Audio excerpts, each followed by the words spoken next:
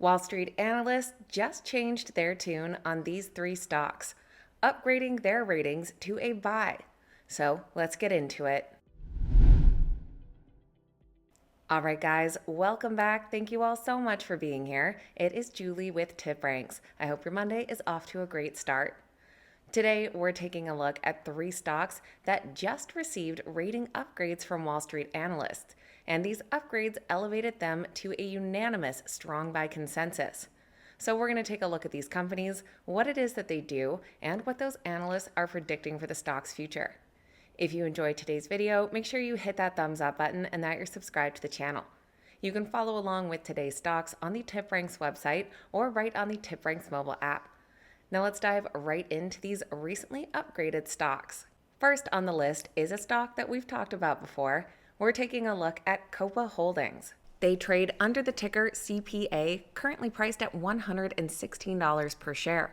The stock has climbed 36% in the past year, but has cooled off recently, dropping about 20% from highs back in February. Copa Holdings is a Panamanian airline company that owns and operates Copa Airlines and Wingo. They provide passenger, cargo, and mail transportation services across Latin America, using their strategic Panama City hub as a major connector between North, Central, and South America, with flights to dozens of destinations and codeshare partnerships for even broader reach. They shared their Q4 earnings report back on February 11th, after which the stock did fall. While revenue came in ahead of expectations, earnings came in short after some one-time expenses, and investors focused on some higher operating costs. Earnings per share of $4.18 fell short of the $4.39 anticipated, and the company's full-year RASM decreased 2.6%. Their guidance assumes flattish unit revenues despite planned capacity growth of 11 to 13%. But on the positive side, they did report Q4 net profit of $172.6 million and earnings per share of $962.9 million beat estimates. Copa also increased their attractive dividend as well, increasing it by 10 cents per share for $1.71 and a yield of about 5.8%. Following that earnings report, we did see quite a few analysts slightly lowering their price targets. But just yesterday, we had an analyst at Goldman Sachs upgrade their rating on the stock to a buy. They said the company has the lowest leverage in Latin America airlines coverage and geographical competitive advantage, which should allow it to withstand the current macroeconomic volatility. Goldman Sachs believes Copa will pass through higher fuel prices to tickets with potentially lower impact to demand relative to peers. So there is now 9 analysts all rating Copa Holdings a buy. And with that strong buy consensus comes an average price target of $162, implying an upside potential of 39%. Looking at those ratings down below, they range from an upside of 18% all the way up to 63%. For our second recently upgraded stock, we're looking at Bilibili. They trade under the ticker BILI, currently priced just above $24 per share.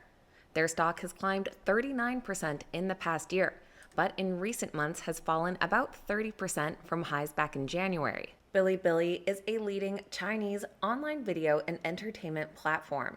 It started back in 2009 as a niche community for anime, comics, and games, but has grown into a full-spectrum video sharing site, like a mix of YouTube and Twitch, offering user-generated videos, licensed content, live streaming, mobile games, and more. The stock has been under pressure year to date due to some macroeconomic volatility and some growing concern about online competition.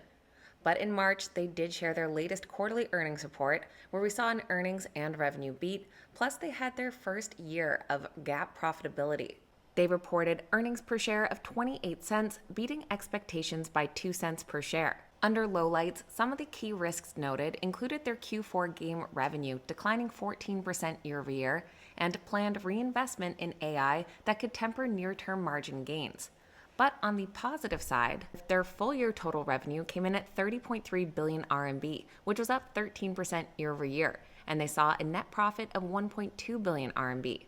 And they saw their AI-related topics watch time surge 53% year-over-year. Yesterday, an analyst at Morgan Stanley upgraded their rating on the stock to a buy. They said they see emerging value in the shares with better game pipeline visibility for Bilibili. The company has AI adoption tailwinds and a more attractive valuation after the recent share pullback. Morgan Stanley believes that the company's game business will enter a new upcycle in the second half of the year, backed by 3 new products. And with that recent upgrade, we now have 8 Wall Street analysts all rating the Bilibili stock a buy. The average price target of $31 implies an upside potential of 29%. Looking at those ratings down below, they range from an upside of nearly 12% up to 44%. If you've made it all the way to our third stock today, then do me a favor and make sure you've hit that thumbs up button. Last but not least, we're taking a look at Nexstar Media Group. They trade under the ticker NXST, currently priced just shy of $183 per share, with the stock being up about 20.5% over the last year, but it has also recently pulled back, dropping about 25% from highs in March. Nexstar Media Group is the largest local TV broadcasting company in the United States. It owns and operates over 200 TV stations across 116 markets, reaching nearly 39% of U.S. households. The company produces and distributes local and national news, sports, and entertainment content through its stations and digital platforms. They own national assets like the CW Network, the news channel News Nation, and multicast networks such as Antenna TV, and has a stake in TV Food Network. Their stock has been facing headwinds after a court setback to their Tegna merger. Nexstar's planned $6.2 billion acquisition of Tegna is currently in legal limbo. It was initially approved by the FCC and DOJ back in March of 2026, but a federal judge recently extended a temporary restraining order on the merger through at least mid-April due to lawsuits from state attorneys general and DirecTV. Back in February, they did come out with a wider than expected loss per share for their fourth quarter, but that was due to one-time impairments, including expenses around the Tegna acquisition. They reported a Q4 loss per share of $5.63, but on an adjusted basis, it actually comes in around $4.30 to $5.60, with sources varying slightly. Revenue came in at $1.29 billion, which was ahead of expectations. The company provided standalone pre-Tegna full-year adjusted EBITDA guidance of $1.95 to $2.05 billion, signaling management confidence in near-term profitability and cash generation. And recently, upgrading the stock was an analyst at Citi. They believe the street has become too bearish on the Tegna acquisition. They see $8 per share of potential downside and $73 of potential upside, creating a 9-to-1 risk-reward for Nexstar. The price target assumes Nexstar sells stations covering 25 million homes from divestitures for the Tegna deal. Overall, Nexstar has 6 current analysts all rating it a buy. And with an average price target of $270, that implies an upside potential of 47%. Looking at those ratings down below, they range from an upside of 20% up to 64% upside. So that is a quick look at 3 stocks that all recently have dipped in price, but now come in with unanimous strong buy ratings after those recent upgrades. Let me know your thoughts on these companies and which one you'd put on your watch list. I always love hearing from you guys. Of course, please keep in mind these videos are never a suggestion to buy or sell any specific stock, so make sure you're always doing your own research and due diligence. Thank you guys so much for watching. Have a great day. I'll see you back here next time.